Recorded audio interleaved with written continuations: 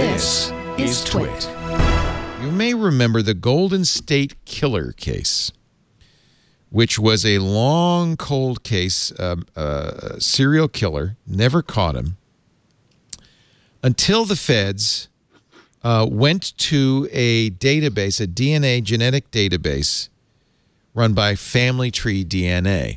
Now, at the time, this didn't bother me when I read about this, because what had happened was relatives of the guy they eventually arrested, but this happened fairly recently, had posted, they'd had DNA tests done, posted their data on the forum in an attempt to find other family members. The feds apparently were scanning through the forum. They had the DNA of the Golden State Killer. They just didn't have a suspect.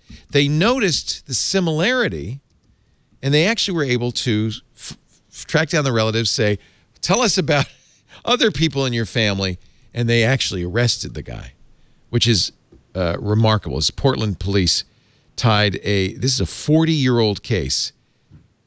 So they arrested him. This was in April. But what we've now learned since is something more disturbing. See, that didn't bother me. That was voluntary, right? People put their DNA information up. So you're putting it public, you know, the FBI uses it, that's fine. What we're finding now is Family Tree DNA is also providing this access to people who haven't posted it publicly.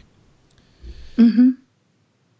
The company, which was one of the first, I think they say they were the first to offer a direct-to-consumer test kit, told BuzzFeed News on Thursday that they have a relationship with the FBI, that they will help law enforcement agencies solve violent crimes faster than ever. Not a contract, but, and this is the thing that is disturbing, the firm has agreed to test DNA samples, upload the profiles to its database on a case-by-case basis. They've been doing it since the fall. And they say that, you know, the only way to stop this if you are a Family Tree DNA customer is to turn off family sharing. That by saying, I want to find other relatives, you are giving them permission to share this information with law enforcement. Of course, if you're doing Family Tree DNA, that's the entire point of it. Right.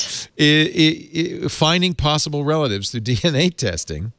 So Family Tree says if you opt out of any familial matching, notice no FBI in there, any familial matching, then we won't be able to, the FBI won't be able to search your files. But if you say, oh, yeah, I'm looking for family members, that also means the FBI can look through your stuff. What do you think? I think this is yet another reason why no one should give these things. No one should give these things as gifts. You know, like every year, people are like, oh, sorry, that is true. Yeah, no, but give you a 23andMe. Give me, okay. First of all, 23andMe is a sponsor. But that I'm not going to keep me from saying this. But I think there's a lot of value in genetic in this direct-to-consumer DNA testing. But you should only do it with a company that says explicitly, no one's going to get this information except you.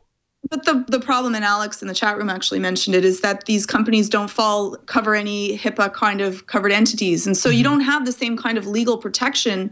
And even if they say they're not going to cover it, if you know, the FBI comes after them and says, listen, we want this information, we know for some reason this person's come to you, it becomes one of these really big issues to that.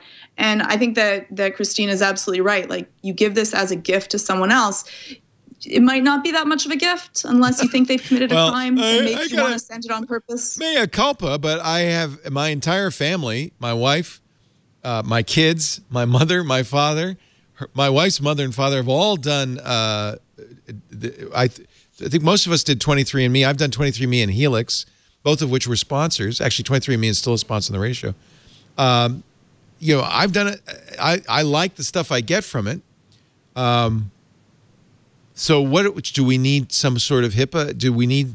Yes. What do we need? Yeah, we need a lot more, more than what we have. All right, and let me play devil's advocate. Look, if you didn't do anything wrong. Oh, please. Oh, my God. This is how the national database of DNA starts. Yeah, this could be used like for like insurance companies, and we can talk about insurance companies. Well, that's different. I agree. But this is how it starts, Leo. this could be used against you in many different ways versus the benefits. And you heard about the twins. 2 twins ended up doing their DNA for their genetic ancestry, and they only test 1% of the bloody DNA. So they ended up getting ancestry of like being in 2 different parts, and they are identical twins. So their DNA is identical. And they got to completely divergent. There's a lot that CBC story was kind of BS. I want to say before you go on, that CBC story was BS. It was statistically exactly in line with what you'd expect. But what people don't understand is that these DNA tests are not, in fact, testing every strand and comparing head to head. What they do is they take your DNA and they compare it to a statistical sample. And within that limitation, this is exactly but again, that correct. Shows how. But people need to understand that. Yeah.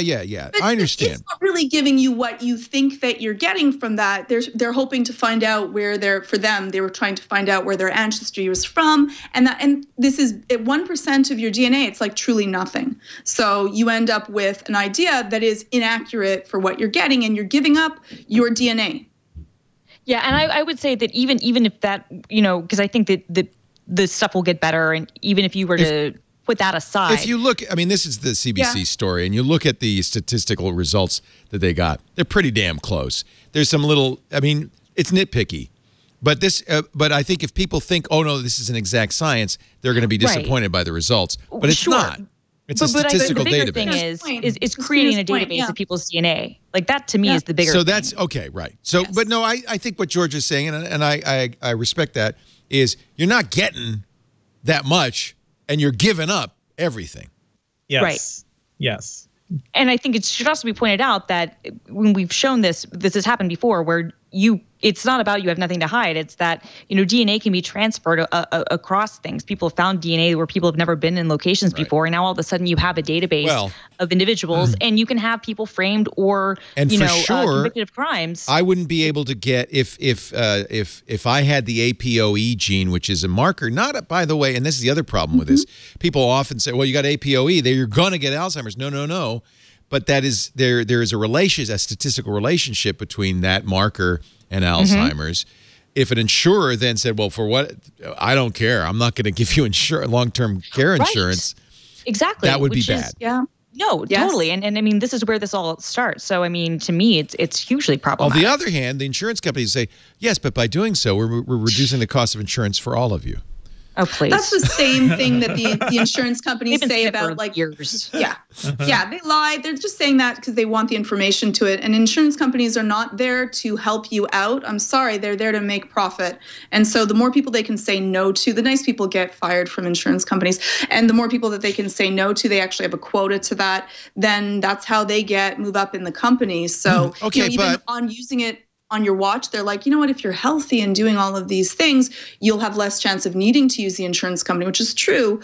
But you end up finding out you have some sort of arrhythmia, and they find out they could also say, you know what, actually now that's no longer covered. But thanks to Family Tree DNA, this guy who killed 13 people, raped more than 50 people, committed over 100 burglaries 40 years ago, has finally been caught. That doesn't fly with me because there is a backlog of rape kits that are out there that have never been looked at, where they have all of the DNA there that the government could test and they choose not to. So when you get through all of those for murders and for rape and other violent crimes, then you can talk to me about needing to go to well, maybe that's what the FBI is doing. Maybe they're going through those old rape kits and going through the database, the Family Tree DNA database, just to see what they can find. Would that be bad? Yes. Okay. Yes, because it's bad for the greater good to that. We still need to have privacy is still important to everyone. And yes, it feels good to be able to say, well, we've stopped this one bad guy, but it should not be at the cost of the many.